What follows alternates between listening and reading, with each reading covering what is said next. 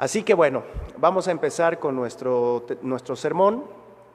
El día de hoy, hermanos, vamos a avanzar en otro aspecto de estos que hemos estado estudiando acerca de cómo es que Jesucristo nos equipó, nos dio recursos, nos dio sus recursos para poder vivir en victoria, vivir firmes en medio de un mundo tan difícil, de un tiempo difícil que nos ha tocado vivir por muchas razones difíciles. Así que si usted ya descargó y está visualizando, o incluso si tuvo la oportunidad de imprimir la hoja de estudio, puede sacarla. Es una hoja de estudio que tiene como título "Nos anticipó lo que vendría", y vamos a estar hablando de ese equipamiento. Hablamos de los recursos que nos dio el Señor enseñándonos a orar, ¿te acuerdas? Hablamos de cómo nos enseñó a orar y cómo esa enseñanza, esa instrucción en la oración, pues nos ayuda a crecer, nos ayuda a estar bien orientados en lo importante y sobre todo dependiendo del Señor, de su fuerza. También después de ello estuvimos completando desde Mateo 14, el evento de la barca, cómo Jesucristo nos enseñó a superar el tiempo de prueba. Te acordarás de esos temas también, de esos principios generales tan importantes, de tener en la prueba contentamiento y de estar esperando que el Señor cumpla su propósito en nuestras vidas en medio de la prueba. Y gracias a Dios que en general también he percibido que nuestra iglesia está siendo sostenida por el Señor, que no hay todavía, y Dios mediante que no los haya, casos de enfermedad, que no haya una disminución significativa en el sustento familiar. Pero si así fuera, hermanos, el Señor nos ha equipado para enfrentar el tiempo de prueba y Él quiere cumplir sus propósitos. Y por favor, no deje de pedir apoyo en oración, de informar, de estar comunicados, porque ahorita también la unidad de la iglesia, hermanos, pues está siendo probada, y yo le animo a que, si bien no tiene que comentar a todos ni publicar a todos cualquier cosita que le suceda, haga en lo posible por hacer partícipe a otros de lo bueno que está viviendo, de lo difícil que está viviendo, tal vez a un grupo de 2, 3, 5 o más, o tal vez eventualmente usar el grupo para ello, ¿verdad? Así que, hermanos, hoy vamos a estudiar, vamos a comenzar con este segmento precioso de cómo el Señor Jesús no nos dejó a oscuras en cuanto a lo que iba a pasar. Nos anticipó lo que vendría. Mateo 24, por favor. Vamos a abrir nuestras Biblias. Mateo 24, allí en nuestras Biblias.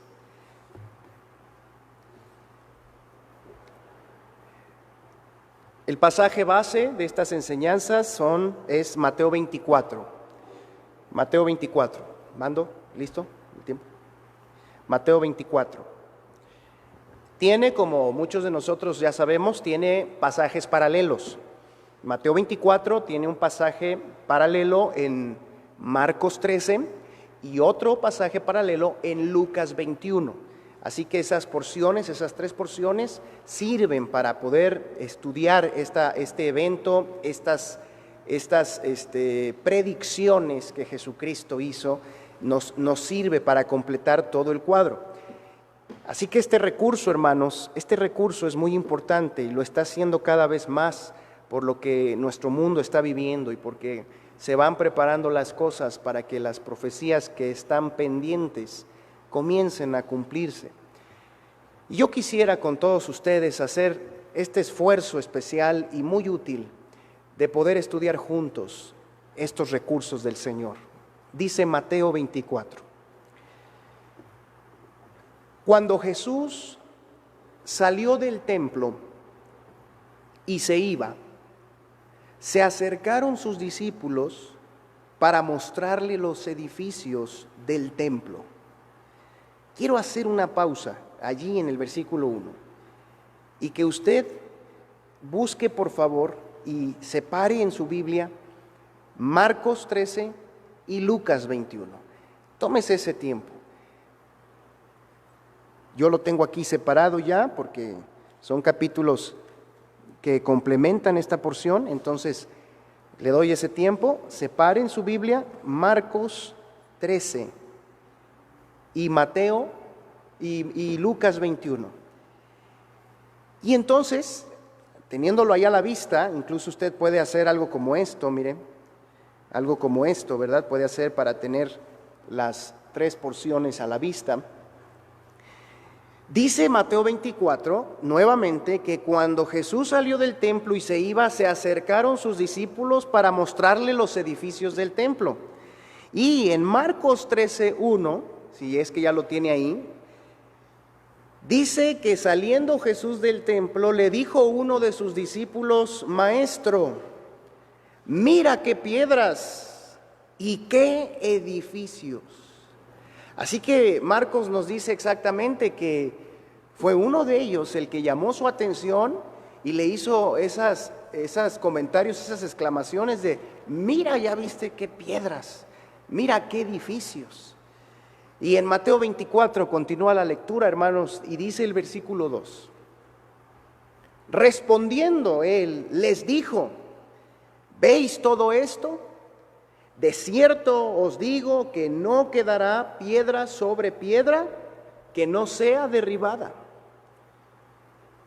Y estando él sentado en el monte de los olivos, los discípulos se le acercaron diciendo: dinos, ¿cuándo serán estas cosas? ¿Y qué señal habrá de tu venida y del fin del siglo? Respondiendo Jesús les dijo: mirad que nadie os engañe. Quiero detenerme ahí, hermanos. Quiero estudiar con ustedes este pasaje, pero comenzar estudiando estos primeros versículos que nos aportan mucho para nuestra vida espiritual. ¿Y por qué no leemos su paralelo en Marcos de esta sección? Dice Marcos entonces 13:1, que le dijeron: mira qué piedras y qué edificios. Y entonces Jesús les contesta en Marcos 13:2: ¿ves estos grandes edificios? No quedará piedra sobre piedra que no sea derribada. Y se sentó en el monte de los olivos frente al templo. Y mire, Marcos nos va a agregar una información muy importante. Y Pedro, Jacobo, Juan y Andrés le preguntaron aparte, diciendo: dinos, ¿cuándo serán estas cosas? ¿Y qué señal habrá cuando todas estas cosas hayan de cumplirse? Entonces vemos que uno fue el que habló, pero realmente 4 de ellos se interesaron y le preguntaron aparte. Y en Lucas, hermanos, 21, versículo 5, después de haber observado a aquella viejecita, aquella viuda que había ofrendado de lo que tenía, de su sustento, y que Jesús la había elogiado para enseñarle a sus discípulos el espíritu correcto con el cual se debe dar y ofrendar aún en medio de la escasez. Y gracias a Dios porque el Señor pone el querer como el hacer para movilizar nuestra mano y ser generosos con otros que están padeciendo, y sobre todo también para dar a la obra.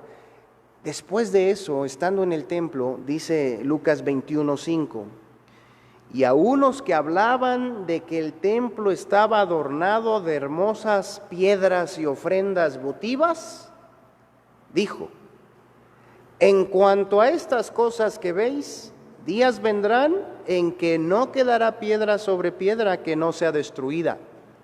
Y le preguntaron diciendo: Maestro, ¿cuándo será esto y qué señal habrá cuando estas cosas estén para suceder? Por lo que Lucas nos aporta y Marcos, y fundiéndolo con lo de Mateo, hermanos, podemos entonces imaginarnos el cuadro. El Señor Jesucristo estaba en el templo con sus discípulos y sale del templo, y entre las personas que estaban ahí o los demás discípulos, dice aquí que unos que hablaban, ¿verdad?, estaban conversando, y el tema de conversación que les estaba ahí asombrando era La apariencia era la suntuosidad del templo. Este templo, hermanos, este templo era el templo que había reconstruido el rey Herodes. Herodes había edificado el templo porque el templo antiguo, el templo anterior que había hecho Salomón, el primer templo, había sido destruido por los babilonios, ¿verdad? Y luego el segundo templo, ¿verdad?, es el que se reconstruyó en días de Esdras y de Nehemías, ¿verdad? Cuando los judíos para el tiempo de Jesús llegaron, ese templo también ya había sido destruido, hermanos.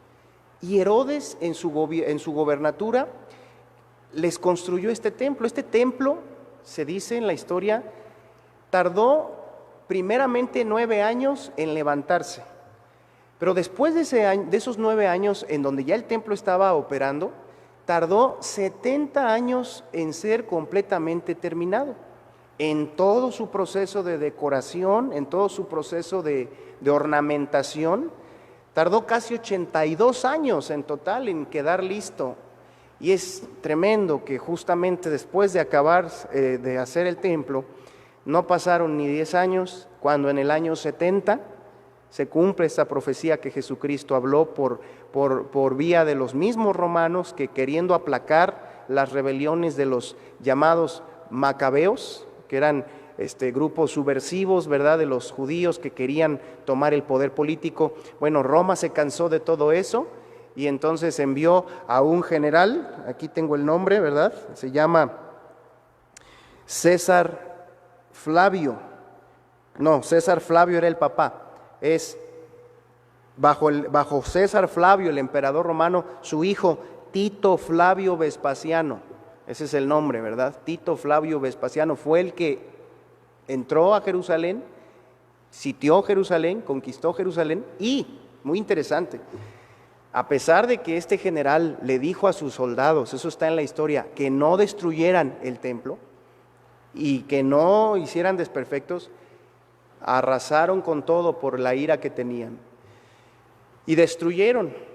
Incluso se dice que otro de esos personajes de la historia de Roma, Turno Rufo se llama, Turno Rufo, dejó tan limpio ese lugar que hasta pudo pasar un arado por el terreno donde había estado antes ese templo que Herodes había edificado en tantos años y que era tan hermoso, tan suntuoso. Así que podemos imaginar entonces a Jesús saliendo con la gente impresionada. Uno de los discípulos también se impresiona, se asombra, ve que Jesús no dice nada y entonces va y le pregunta y le dice: Señor, mira, ¿verdad? O sea, ¿tú qué tienes que decir de esta edificación tan hermosa?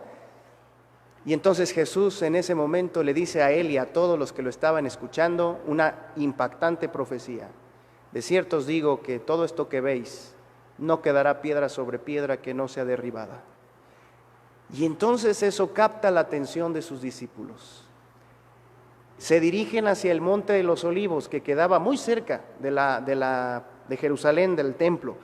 Cruzan ahí un poquito una zona y llegan a la zona del huerto de Getsemaní y al Monte de los Olivos, donde solían ir. Y estando ahí 4 de ellos, o en el camino, ¿verdad? Y llegando ahí 4 de ellos que se mencionan en Marcos, ¿verdad? 4 preguntones. 4 preguntones, y lo digo elogiando, felicitando, no reprimiendo, porque realmente se requiere ese interés. 4 de ellos, Pedro, Jacobo, Juan y Andrés, le preguntan aparte: Señor, dinos, ¿cuándo será esto? ¿Y qué señal habrá de tu venida y del fin del siglo? Así que, hermanos, lo primero que quiero tratar con ustedes y que estudiemos juntos son los aspectos preliminares para abordar estos pasajes tan importantes, estos recursos con los cuales el Señor nos equipó para vivir seguros en un mundo difícil.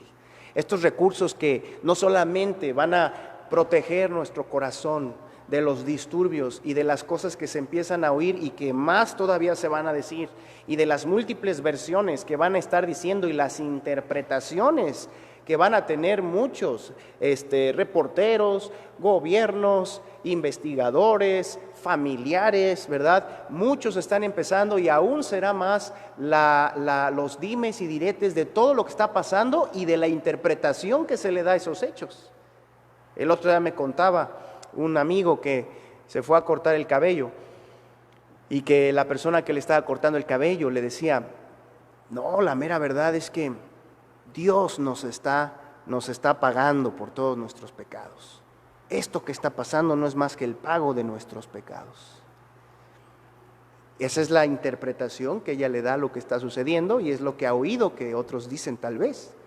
Y usted, yo le pregunto, ¿usted cree eso? Estrictamente hablando, ¿creemos que lo que está pasando es un pago? Hay que pensar bien, ¿verdad?, esa pregunta. Porque si bien la ira de Dios viene sobre el pecado del hombre, hermanos, y si bien el pecado tiene consecuencias, ¿quién pagó por los pecados? El verdadero pago se hizo en la cruz. Entonces, sí, Dios está airado contra el pecado, y sí, tiene un plan con el cual lamentablemente va a llevar a la consumación al mundo, pero el pago, ya hubo quien lo dio.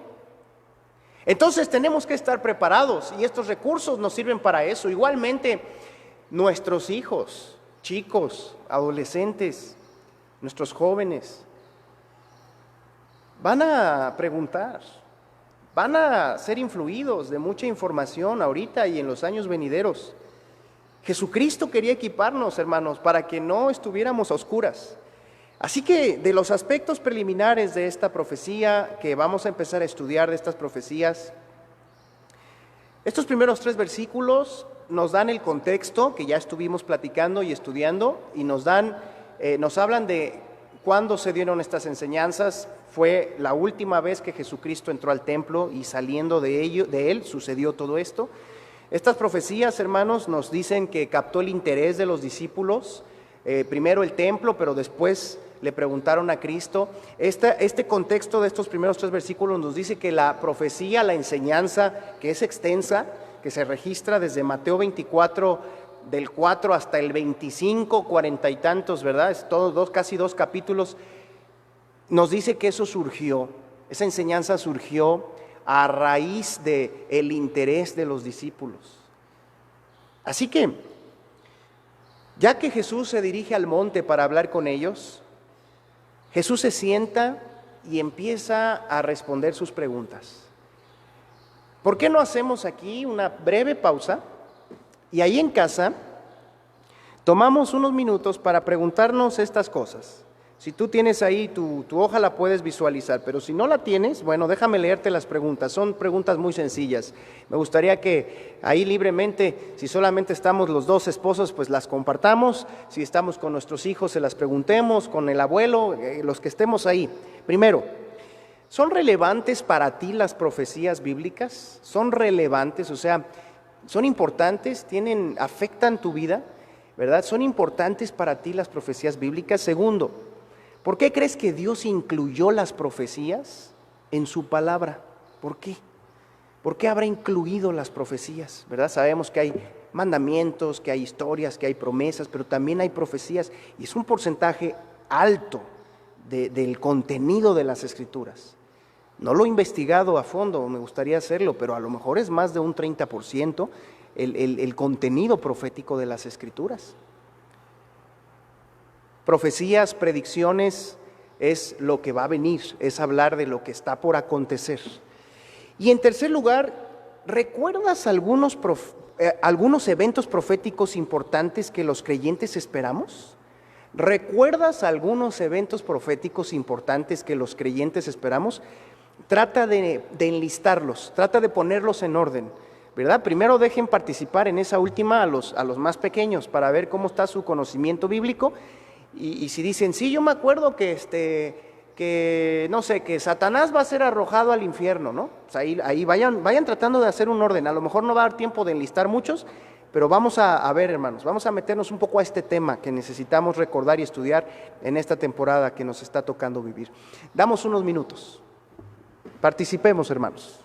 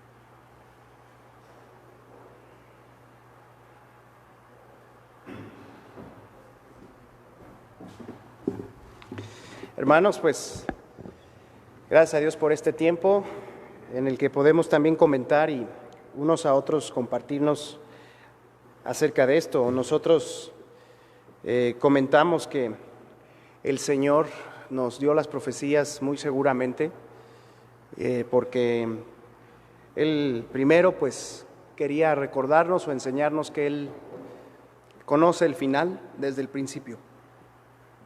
De manera que las profecías son una fuerte base para conocer más el carácter de Dios y alimentar nuestra confianza y ayudarnos a no dejarnos llevar por nuestra fuerte tendencia de incredulidad.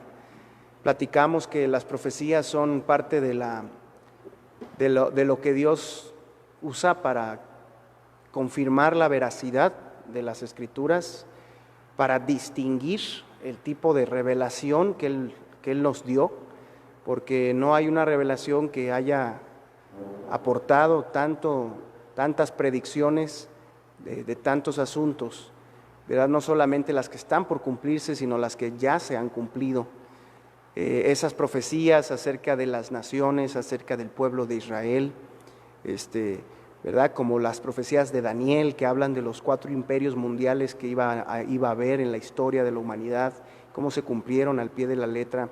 Las profecías sobre la dispersión de Israel, sin embargo, las profecías de la preservación de Israel en medio de las naciones, la profecía de que iban a volver a ser una nación después de muchos años, que ya está cumplida. Todas esas profecías, hermanos, nos permiten darnos cuenta de que Dios se preocupó de antemano por darnos certeza y llevarnos a conocer que Él tiene ese conocimiento anticipado de todas las cosas. Para Él no es nuevo nada de lo que está sucediendo y para Él no le toma por sorpresa lo que estamos experimentando.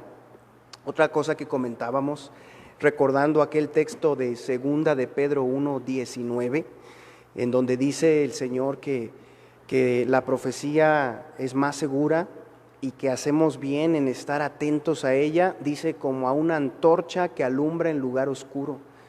O sea que Dios, hermanos, sabía que la noche se venía.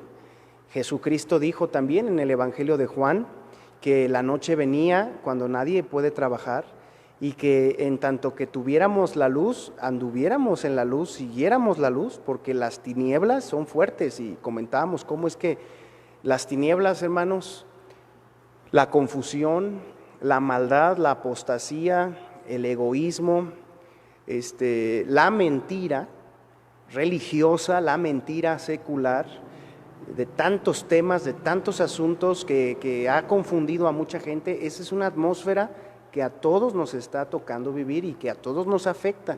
En mayor o menor medida estamos en esa noche que ya está llegando, en esa oscuridad. Y vimos que las profecías el Señor las incluye para, además de todo esto, entonces llenarnos de esperanza, llenarnos de certeza y mantenernos bien orientados, y que nuestro corazón no se desvíe, nuestra mente no se inquiete, no se turbe, no quede así, para rescatar nuestra mente, hermanos. Y por qué no decirlo, nos dio las profecías y las incluye para que al estar bien nosotros tengamos la fortaleza, el poder, el equilibrio de ayudar a otros, de servir como referentes y de usar la profecía también, ¿por qué no?, para atraer personas a la fe de Jesucristo. Así que qué importante es, hermanos. Y bueno, hicimos nuestra lista de los eventos, espero que también ahí la hayas tratado de hacer. Tal vez no has estudiado bien estos temas, pero algo te acordarás. Vimos que, bueno, pues está profetizado que venga una gran apostasía en el mundo, es la negación de la verdad generalizada. Está profetizado un culto universal, hermanos, cada vez más fuerte, en el cual se está adorando pues lo que no es Dios, se está adorando al hombre, su comodidad, ¿verdad? Estábamos hablando de que está profetizado el rapto, el arrebatamiento, en donde los cristianos nos iremos en las nubes con nuestro Señor Jesucristo. las bodas del Cordero, ¿verdad? Esa celebración tan hermosa que el Señor ha preparado para todos sus hijos, en donde nos uniremos, no solo espiritual, sino literal, físicamente con Él. Ahí le veremos. Y bueno, antes de eso tenemos que pasar por el tribunal de Cristo, en donde daremos cuenta de cómo vivimos, cómo administramos. Y bueno, pues en relación al mundo hablábamos de la gran tribulación, de la manifestación del anticristo, de la paz ficticia, de la marca de la bestia, de la persecución del pueblo de Dios, del remanente fiel, los 144,000, de lo que es en sí la gran tribulación, ¿verdad? Los juicios de las copas, de los sellos, de las trompetas, y por supuesto la segunda venida en gloria de Jesucristo. Por ahí la batalla también, la batalla de Armagedón, donde Dios juzgará a las naciones, Jesucristo hará cuentas con ellos y tendrá esa batalla, y después tendrá el juicio con ellos, donde separará a las ovejas de los cabritos. La entrada del milenio después de eso, todo el actuar de Satanás controlado por Cristo durante el milenio y luego soltándolo para una última rebelión, y bueno, después de eso el gran trono blanco, ese evento universal donde estarán ahí todos los pecadores que nunca se arrepintieron para oír la sentencia final triste de ser lanzados al lago de fuego. Y después de eso viene la eternidad con Dios, la ciudad celestial que ya estará desde el milenio. En fin, ese es un resumen así rápido que nos recuerda, hermanos, cosas muy importantes que están por venir y que no ignoramos y que Jesucristo quiere que tengamos presentes. Por eso, dice, si está siguiendo su hoja, que el versículo 1 al 3 entonces nos habla del contexto de estas enseñanzas proféticas. Pero también el versículo 3, específicamente el versículo 3, nos habla del planteamiento que originó la respuesta de Jesús. La respuesta de Jesús es larga y es muy interesante, pero el planteamiento que originó, la pregunta que originó, que Jesús contestara, que Jesús hablara de estas cosas, también es muy instructivo. Fíjese cómo es que los discípulos, Mateo 24:3, por favor, plantean realmente dos preguntas. Después de que Jesús profetiza la destrucción del templo de Jerusalén, los discípulos le preguntan a Cristo: Maestro, dinos cuándo serán estas cosas y qué señal habrá de tu venida y del fin del siglo. Entonces son dos cuestiones. La primera es: ¿cuándo serán estas cosas? Esa pregunta se refiere específicamente a la destrucción de Jerusalén, que ya ocurrió en el año 70. Pero la otra pregunta, ¿qué señal habrá de tu venida y del fin del siglo? Esa pregunta se refiere a la consumación del tiempo, al fin del mundo. Entonces, en su respuesta, Jesucristo contesta ambas cosas. Tiene ambas cosas en mente. Hermanos, aquí, ¿verdad? Yo quiero compartirles que para estudiar la profecía bíblica, una de las normas de interpretación que se le ha dado el nombre de la doble perspectiva o el doble enfoque, es precisamente darnos cuenta que Jesús toma un evento cercano de características semejantes a otro más lejano para hablar de los dos. Entonces, Jesucristo está teniendo en mente la destrucción de Jerusalén, y hay versículos muy específicos que en su respuesta se refieren a la destrucción de Jerusalén. Por ejemplo, aquello que dice que iban a ser entregados a tribulación y aborrecidos por las gentes, y que los iban a matar, y que muchos iban a tropezar, y que los mismos padres, los mismos familiares de los creyentes los iban a entregar para que murieran los cristianos, ¿verdad? Todo ese contexto, y que los que estuvieran ahí en el momento de que empezara la tribulación, dice Jesús, no vuelvan a Jerusalén, no vuelvan a Judea, no vuelvan a su casa, desciendan, huyan a los montes. Todo eso, hermanos, Jesús lo está diciendo porque se cumpliría en el año 70, cuando el ejército romano, en esas guerras judío-romanas, destruyera y sitiara y destruyera. Y entonces Jesús les da instrucciones porque a ellos en el año 70 les iba a tocar, a ellos y a sus hijos. Sin embargo, a partir de esa destrucción de Jerusalén en el año 70, Jesucristo también mira a distancia y está viendo el final no solo de Jerusalén en esa ocasión, sino que habla del fin del mundo, habla de los últimos tiempos, porque hay cosas que Jesús dijo en estos capítulos que no sucedieron en Jerusalén, que no han sucedido. Hay cosas que no son solo respecto a Israel, sino que hablan de todo el mundo. Así que es importante tener en mente estas cosas mientras estudiamos este capítulo sobre las profecías, las predicciones que Jesucristo nos dejó.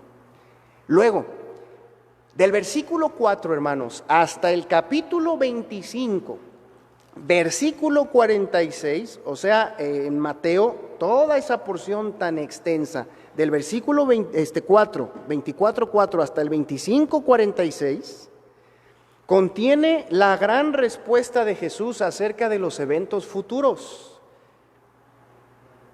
Si entrelazamos los pasajes de Mateo 24 y 25, Marcos 13 y Lucas 21, los cuales les recomiendo mucho que en estos días los revisen con cuidado, los lean, si los entrelazamos podemos clasificar las predicciones de Jesucristo, hermanos, en tres grandes clases o tiempos, en tres grandes grupos para su estudio.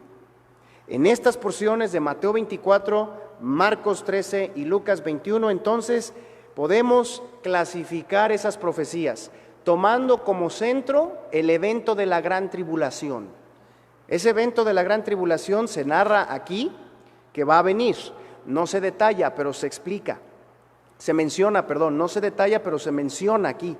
Si lo ponemos ese evento en el centro, entonces podemos, como dice ahí sus notas, hablar de predicciones respecto a sucesos antes de la gran tribulación, sucesos durante la tribulación y sucesos también profetizados posteriores a la tribulación.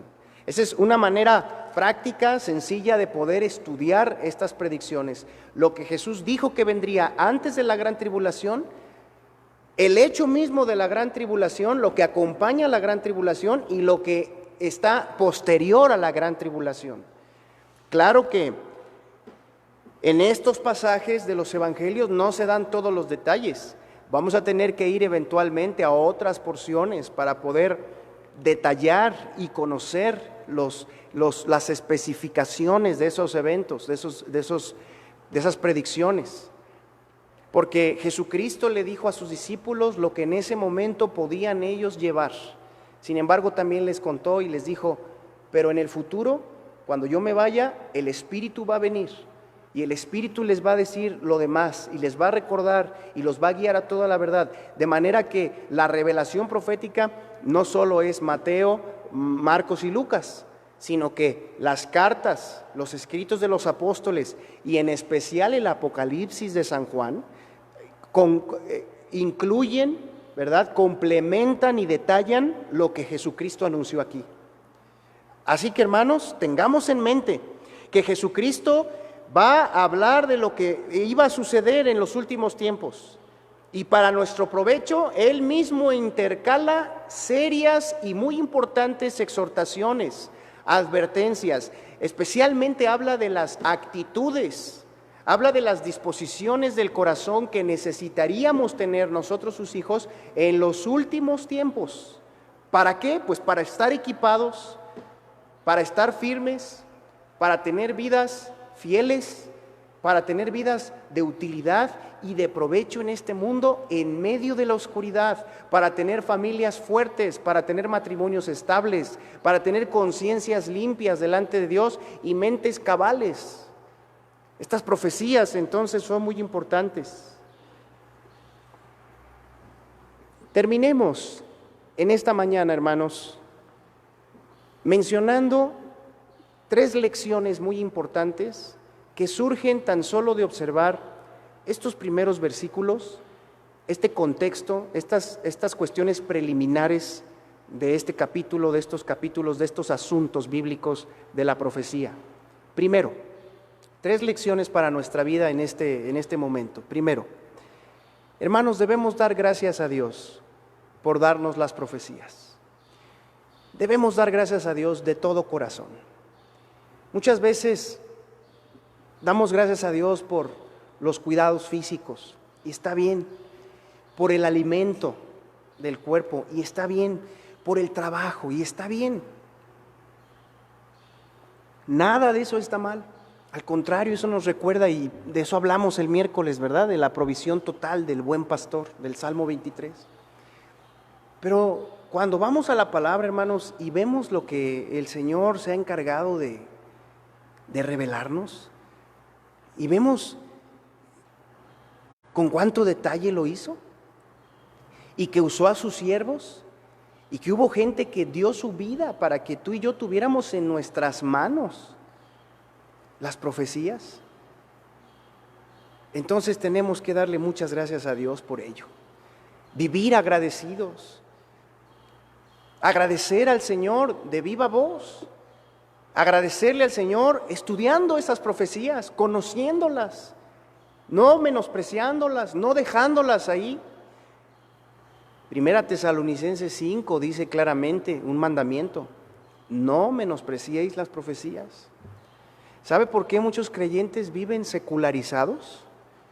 Secular es relativo a este siglo.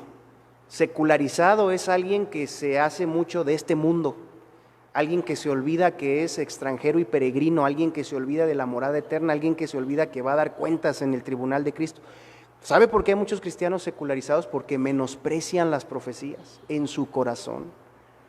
¿Sabe por qué hay muchos jóvenes que viven para el mundo y en el mundo? Porque no conocen, o si conocen, dejan a un lado las profecías. Y siendo tan obvio que estamos viendo, hermanos, cómo el mundo se cae a pedazos, viendo tan obvio cómo hay convulsiones, cómo hay muertes, muchos están menospreciando que el Señor conoce el fin desde el principio y nos lo anuncia. Hay que dar gracias a Dios, hermanos. Miren, Jesucristo estaba perfilándose a la muerte en Mateo 24. Ya no vería ese templo él. Faltaba poco para que sus discípulos se separaran completamente de él y lo abandonaran, y él fuera a la cruz. Y justamente ahí, semanas antes de su muerte, Jesucristo se acuerda que su programa de enseñanza no estaba completo. Les había hablado de muchos temas, pero le hacía falta al Señor Jesús hablar de las profecías. Y entonces aprovecha el interés de los discípulos y se sienta con ellos y les da tiempo. Imagínate que tú y yo somos ellos. Jacobo, Andrés, Pedro, Juan o los demás. Imagínate en estos temas. Cuánto amor, cuánta importancia Jesús nos tuvo, hermanos, para sentarse con nosotros y darnos esas explicaciones, que algunas de ellas no son fáciles. Algunas de ellas requieren que nos esforcemos, que pensemos, que consideremos. Pero el Señor nos dio la profecía para equiparnos, para darnos recursos y que enfrentemos estos tiempos con su ayuda estables, interpretando lo que pasa a la luz de las profecías bíblicas, no a lo que otros interpretan, no a lo que uno siente, no a lo que los reporteros o los gobiernos digan, que claro, como todo, ¿verdad? Dice Tesalonicenses que examinemos todo y retengamos lo bueno. No digo que todo sea mentira, no digo que todo sea inservible, no, hay muchas cosas muy útiles, pero sobre todo un creyente va a usar la profecía para interpretar lo que pasa a la luz de lo que el Señor dice. En segundo lugar, hermanos, además de tener gratitud por las profecías, estos primeros 3 versículos y el contexto de esta porción nos enseña que las profecías son confiables. Son confiables porque provienen de un Dios que conoce el final desde el principio, y son relevantes, o sea, tienen mucho que ver con tu vida porque se cumplirán, se están cumpliendo. Mira por favor lo que dice Isaías 44, 6 al 8. Isaías 44, 6 al 8, las profecías nos recuerdan cómo es el carácter de nuestro Dios. Dice Isaías 44, 6 al 8. Así dice Jehová, Rey de Israel y su Redentor, Jehová de los ejércitos: yo soy el primero y yo soy el postrero, y fuera de mí no hay Dios. ¿Y quién proclamará lo venidero? Lo declarará y lo pondrá en orden delante de mí, como hago yo desde que establecí al pueblo antiguo. Anúncienles lo que viene y lo que está por venir. Y luego dice: no temáis ni os amedrentéis. ¿No te lo hice oír desde la antigüedad y te lo dije? Luego vosotros sois mis testigos. No hay Dios sino yo, no hay fuerte, no conozco ninguno. Y el 46, 9 y 10 también de Isaías dice así: acordaos de las cosas pasadas desde los tiempos antiguos, porque yo soy Dios y no hay otro, y nada hay semejante a mí. Lee por favor en voz alta, acompáñame con el versículo 10. Dice: que anuncio lo por venir desde el principio y desde la antigüedad lo que aún no era hecho, que digo, mi consejo permanecerá y haré todo lo que quiero. Así que las profecías bíblicas son confiables. Provienen de Dios, que conoce el fin de la función, el fin de todo antes de que empiece. Podríamos decir que para nosotros saber el final de una película antes de verla no es muy agradable, ¿verdad? Queremos mejor tener la expectativa de qué va a pasar. Saber el marcador de un partido de fútbol no es muy agradable desde el principio. Queremos mejor ver el encuentro. Pero aquí aplica al revés. Aquí es al revés, hermanos. Aquí tenemos que darle gracias a Dios porque Él nos ha dicho lo que va a venir y nos lo ha dicho desde hace mucho tiempo y está en la Biblia para nuestra fortaleza, para nuestro equipamiento. Son confiables y nos recuerdan el carácter de Dios. Muchas profecías se han cumplido ya al pie de la letra. Algunas de ellas son muy sorprendentes. Voy a traer un resumen de algunas de ellas esta tarde, de algunas profecías bíblicas, históricas, que se han cumplido. Solo voy a dar unos ejemplos, pero es muy impresionante cómo la Biblia ha dado en detalle lo que va a ocurrir en muchos aspectos. Y eso es algo que pocas veces nos detenemos a meditar. Así que son confiables. En tercer y último lugar, los beneficios de conocer y retener las profecías, hermanos, son muy grandes. Los beneficios. La revelación profética, hermanos, tiene grandes beneficios para quienes la conocen y la guardan. El Señor nos dio las profecías para vivir en victoria, a su luz, a su dirección en un mundo cada vez más oscuro. Las profecías son algo que los verdaderos discípulos apreciamos, aprendemos a valorar cada día más y nos interesamos en estudiarlas, nos interesamos en comprenderlas y en usarlas para enfrentar la vida. Esas profecías, hermanos, como está ahí en sus hojas, si es que la están viendo, esas profecías son importantes si aspiramos a ser creyentes estables, maduros. Si queremos mantener viva la esperanza en un mundo donde no hay esperanza, si queremos ser de bendición a otros, a pesar del egoísmo tan fuerte, tan insistente, tan persistente que está, a pesar del temor que muchos tienen y que nos hace a nosotros a veces caer en eso mismo, en esa tentación de decir, no, pues yo ya no ayudo, no, pues yo ya no exhorto, no, pues yo ya no evangelizo, no, pues yo ya no soy generoso.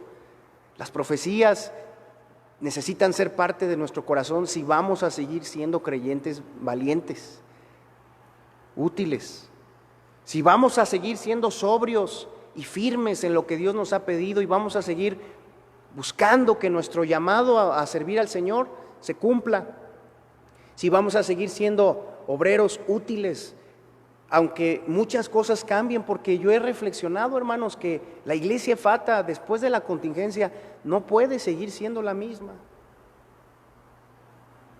¿A qué me refiero? Pues a que con esto que está pasando, el Señor nos tiene que ayudar a mirar más allá, en nuestro propio desarrollo, en nuestro propio crecimiento. Espero que no estés pasando la contingencia solamente como diciendo, ay, pues, quién sabe, es una conspiración, a lo mejor y ni es cierto. Ah, pues sí, allá en las grandes ciudades se enfermarán, pero aquí donde vivo yo, aquí no llega nada de eso. Ojalá que no estés viviendo así esto, porque no te lo dice la autoridad, no te lo dice los reporteros, no te lo dice un pastor, te lo dice el Señor con siglos de anticipación.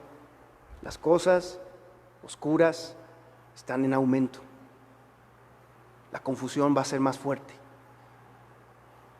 Y el Señor nos da sus profecías para que entonces nosotros las tengamos en nuestro corazón, les pongamos especial atención, como una antorcha que no se puede dejar de mirar en un lugar oscuro, y que se anhela mirar para estar a su luz, a su calor. Que las profecías sean eso para nosotros en este tiempo, hermanos, en esta temporada, además de toda la edificación que necesitamos seguir recibiendo del carácter, de la familia, de tantas cosas del ministerio. Además de eso, mantener una conexión constante con la profecía bíblica, crecer en eso,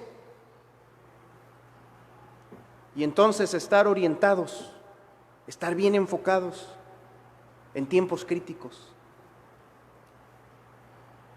Son entonces las profecías un poderoso recurso del Maestro para vivir victoriosos en este tiempo, hermanos. Descubran juntos, allí en casa.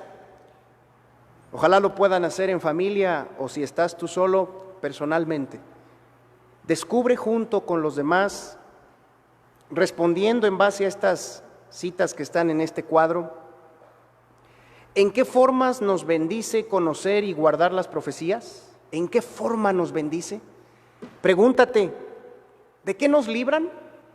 ¿Cómo nos ayudan? ¿A qué nos motivan? Son 6 pasajes que vienen ahí y que son bastante claros. Juntos búsquenlos y terminen redactando los beneficios que estos versículos nos dan. ¿A qué nos motivan? ¿En qué forma nos ayudan? ¿De qué nos libran las profecías? Y luego que hagan este descubrimiento, terminen orando, cada quien dando gracias por las profecías, y cada quien orando que estas cosas, estos beneficios se puedan cumplir en la vida de otro de tu familia. Si están 3 ahí, el hijo orará por el padre orará por la mamá orará por el hijo. Señor, que estos beneficios se arraiguen en el corazón de mi esposo, que tú hagas que él los tenga presentes, ¿verdad? Orar unos por otros en función de esos beneficios. Aquí también nosotros, hermanos, el equipo de dirección, después de cerrar con este canto y cerrar en oración, estaremos haciendo este ejercicio que es breve y que es muy edificante. Así que, hermanos, quiero dejar así la enseñanza, dejarle el tiempo a mis hermanos del programa, y en la tarde nos vemos para seguir estudiando sobre las profecías, sobre lo que el Señor nos anticipó que vendría.